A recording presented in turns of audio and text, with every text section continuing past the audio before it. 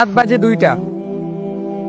কুচকুচে কালো অন্ধকার, কুকুরের ঘেউ ঘেউ আওয়াজ। একদল যুবক একটা কবরস্থানের পাশ দিয়ে যাচ্ছিল। তো যাওয়ার সময় ওই যুবকেরা তাদের জীবনে নামাজ, রোজা, আল্লাহর ভয় কোনো কিছুই ছিল না। তারা শুধু মোবাইলের মধ্যে নাচ, গান, এরপর আপনার টিকটক, মেয়েদের ছবি, হারাম অশ্লীল কাজের মধ্যে তারা লিপ্ত থাকতো। তো একদল যুবক একদিন গ্রামের এক কবরস্থানের পাশ দিয়ে যাচ্ছিল। হঠাৎ করে তাদের মাথায় একটা কুবুদ্ধি আসলো আর কি, যে আমরা আজকে কবরস্থানের মধ্যে ঢুকবো, ভিতরে ঢুকবো, দেখি সেখানে কি হয়। তো সবাই মিলে যখন ঢুকলো, কবরস্থানের মধ্যে কিন্তু একটু ভয়ঙ্কর লাগে, কি ভয় লাগে আর কি। সবাই বের হয়ে চলে গেল, সাহস করে একজন যুবক ভিতরে ঢুকলো। ঢুকে সে যখন কবরস্থানের ঠিক ভিতরে ঢুকে গেল, তখন কে জানো তাকে ডেকে বলল, তুমি কি জানো যে এই কবরের এবং এই মাটির নিচে যারা বাস করে, মাটির নিচে যাদেরকে রাখা হয়েছে তাদের কি অবস্থা? তুমি কি এই বিষয়ে অবগত আছো? তুমি কি জানো? যুবক ভয় খেয়ে গেল। সে চারিদিকে ছোটাছুটি করতে লাগলো, চারিদিকে দেখতে লাগলো যে আওয়াজটা কে দিয়েছে। সে বুঝতে পারলো যে আওয়াজটা গায়েবী ভাবে আসছে। সে যখন বললো যে কে আওয়াজ দিচ্ছে, হঠাৎ করে একটা কবর থেকে সে দেখতে পেল, একটা কবর থেকে একজন লোক উঠলো, যার চেহারা নেই কিন্তু তার চক্ষুগুলো লাল বর্ণের ছিল।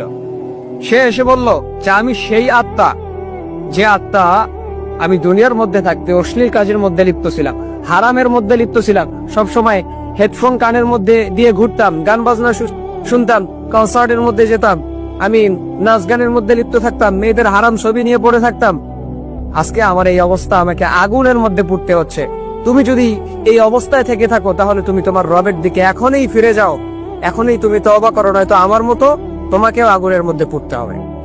তো এই যুবক এক কবরের সামনে গিয়ে অজ্ঞান হয়ে পড়ে রইল। পরের দিন গ্রামের মানুষেরা যখন সেখানে গেল, তারা দেখতে পেল যে যুবক এক কবরস্থানের এক কবরের উপরে অজ্ঞান হয়ে পড়ে আছে।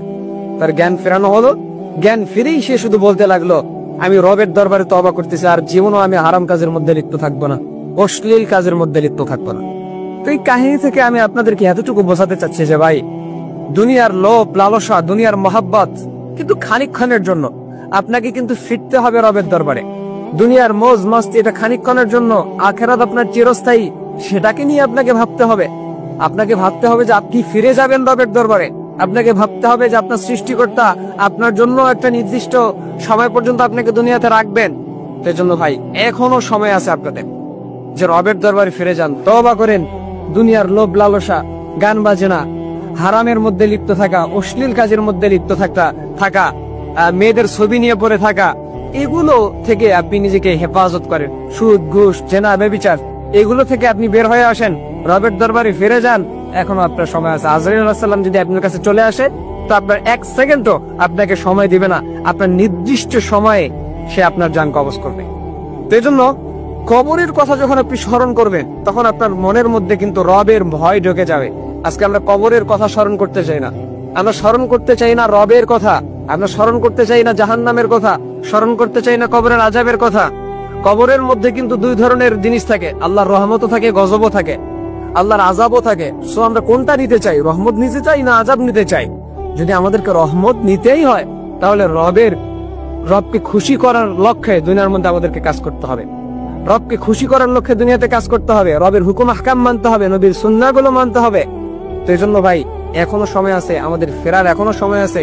আমরা যেন রবের দরবারে ফিরে যাই, তার কাছে তওবা করি। ইনশাআল্লাহ আমরা আশাবাদী যে আল্লাহ পাক রব্বুল আলামিন আমাদেরকে মাফ করে দিবেন ইনশাআল্লাহ। তো এই জন্য সবার প্রতি শুধু এতটুকু অনুরোধ যে এখনো সময় আছে, আমরা রবের দরবারে ফিরে যাই। গান বাজনা এবং অশ্লীল কাজ থেকে আমরা যেন হেফাজত থেকে আল্লাহ